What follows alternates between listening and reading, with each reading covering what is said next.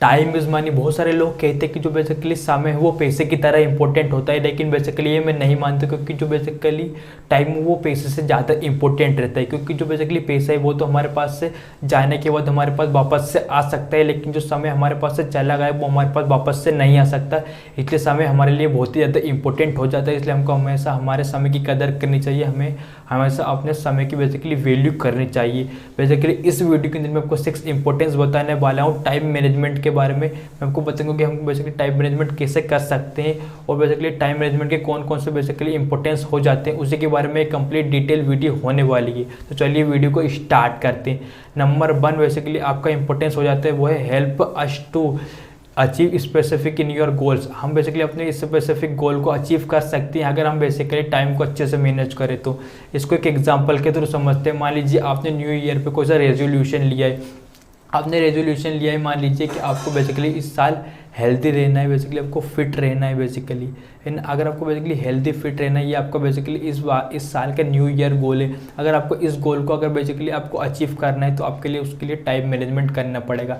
Time management बहुत ही ज़्यादा important हो जाते हैं। अगर आप किसी भी अपने स्पेसिफिक गोल को अचीव करना चाहते हैं तो उसके लिए टाइम मैनेजमेंट बहुत ही ज़्यादा इंपॉर्टेंट हो जाता है। ये बेसिकली हमारा फर्स्ट इंपॉर्टेंट हो जाता है टाइम मैनेजमेंट का। सेकंड हमारा हो जाता है बेसिकली वो है more time day by day work. हम बेसिकली जितना ज़्यादा हम हमारा टाइम मैनेजमेंट करेंगे उतने ज़्यादा बेसिकली हम अपने काम के लिए बेसिकली हम समय निकाल पाएंगे और बेसिकली उतनी हम बेसिकली प्रोडक्टिव एंड वैल्यूएबल काम बेसिकली हम कर पाएंगे। ये बेसिकली हमारा सेकंड इंपॉर्टेंस बेसिकली हो जाता है।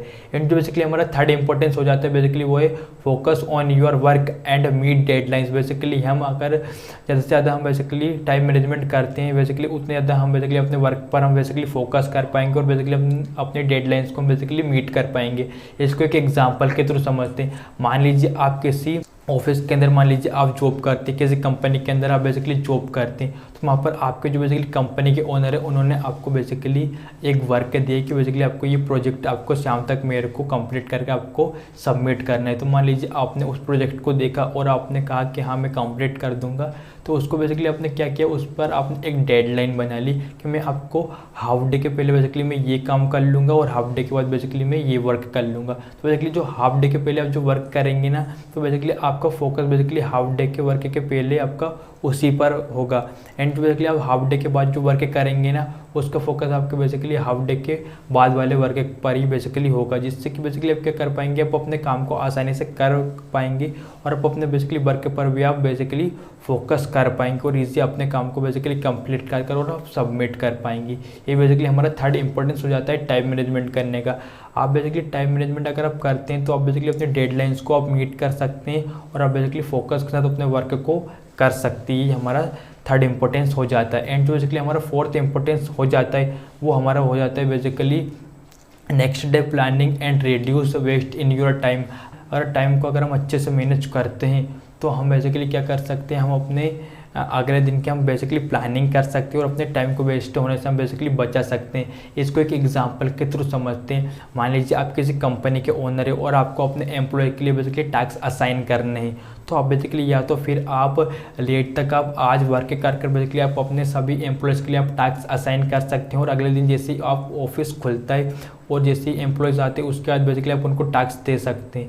लेकिन वहाँ पर आपका एक लॉस क्या होता है कि जैसे आप सबको टास्क देते हैं तो बेसिकली टास्क देते देते आपको बेसिकली हाफ डे निकल जाता है और बेसिकली आपका काम बेसिकली दिन का पूरा नहीं हो पाता है। लेकिन अगर वहीं पर आप बेसिकली उसके एक दिन पहले टास्क देने के एक दिन पहले बेसिकली आप टाइम मैनेजमेंट कर बेसिकली सारे टास्क को आप असाइन कर लें और उसी दिन आप बेसिकली सारे अपने एम्प्लॉयज़ को बेसिकली टास्क दे दे, तो बेसिकली उनको अगले दिन पता रहेगा कि हमको कौन कौन से टास्क करने और बेसिकली वो समय रहते अपने काम को शुरू कर पाएंगे और आप भी जब ऑफिस आएंगे तो आप भी अपने काम को समय रहते बेसिकली शुरू कर पाएंगे। ये बेसिकली हमारा फोर्थ इंपॉर्टेंस हो जाता है बेसिकली टाइम मैनेजमेंट करने का और यहाँ पर बेसिकली आप अपने समय को भी वेस्ट होने से बेसिकली आप बचा सकते हैं। ये हमारा बेसिकली फोर्थ इंपॉर्टेंस हो जाता है। एंड जो हमारा बेसिकली फिफ्थ इंपॉर्टेंस हो जाता है बेसिकली वो है हमारा इंक्रीज इन प्रोडक्टिविटी। हम बेसिकली हमारी प्रोडक्टिविटी को ज़्यादा से ज़्यादा हम बेसिकली इंक्रीज़ कर सकते हैं, ज़्यादा से ज़्यादा हम बेसिकली हम अपनी प्रोडक्टिविटी को बढ़ा सकते हैं, अपनी कैपेबिलिटी को हम बेसिकली बढ़ा सकते हैं अगर हम टाइम मैनेजमेंट अगर अच्छे से करते हैं तो। बेसिकली जैसे कि चाइना है, चाइना बेसिकली हमसे इतना आगे क्यों है प्रोडक्टिविटी में और बेसिकली ज़्यादा वर्क हमसे कैसे कर पाते, क्योंकि जो चाइना है ना बेसिकली वो समय का पाबंद है। अगर चाइना के अंदर कोई सी मीटिंग होती है और वो मीटिंग बेसिकली 3 बजे रखी गई है तो वहाँ पर बेसिकली वो मीटिंग एग्जैक्ट 3 बजे ही स्टार्ट होगी, ना कि वो 3:01 पर स्टार्ट होगी, ना बेसिकली वो उसके पहले स्टार्ट होगी, क्योंकि वहाँ पर लोग बेसिकली समय के बहुत ही ज़्यादा पंक्चुअल रहते हैं। लेकिन इंडिया के अंदर बेसिकली क्या होता है कि अगर 3 बजे कोई सी मीटिंग रखी गई है तो बेसिकली वो मीटिंग 3:15 या फिर 3:30 बजे बेसिकली स्टार्ट होती है, क्योंकि जो इंडिया के अंदर है ना समय के लोग इतने पाबंद नहीं हैं जितने बेसिकली चाइना के अंदर है। इसलिए चाइना के अंदर बेसिकली ज़्यादा लोग प्रोडक्टिव रहते हैं, इंडिया के अंदर बेसिकली उससे कम प्रोडक्टिव बेसिकली लोग रहते हैं, क्योंकि इंडिया के अंदर समय की उतना वैल्यू नहीं दी जाती जितनी वैल्यू बेसिकली चाइना के अंदर समय को दी जाती है। बेसिकली ये हमारा बेसिकली 5th इंपॉर्टेंस हो जाता है टाइम मैनेजमेंट करने का। तो बेसिकली हमारे 6th इंपॉर्टेंस हमारी बेसिकली हो जाती है वो है लेस स्ट्रेस। अगर आप बेसिकली अपने टाइम को अच्छे से मैनेज करते हैं तो अपने स्ट्रेस को बेसिकली कम कर सकते हैं। इसको एक एग्जांपल के थ्रू समझते हैं। मान लीजिए आप किसी कंपनी के अंदर आप सेल्स एग्जीक्यूटिव है और आपके बेसिकली कंपनी के ओनर ने आपको बेसिकली सेल्स रिपोर्ट तैयार करने के लिए आपको कहा है कि बेसिकली मेरे को शाम तक बेसिकली सेल्स रिपोर्ट चाहिए, और आपने सोचा कि भाई सेल्स रिपोर्ट तैयार करना तो 5 मिनट का काम है, मैं आराम से बेसिकली 1 घंटे के अंदर सेल्स रिपोर्ट तैयार कर लूँगा, और बेसिकली आप आराम करने के लिए बेसिकली बैठ गए। आपने सोचा कि अभी आराम कर लेता हूँ, शाम तक मैं आराम से बेसिकली सेल्स रिपोर्ट तैयार कर लूँगा।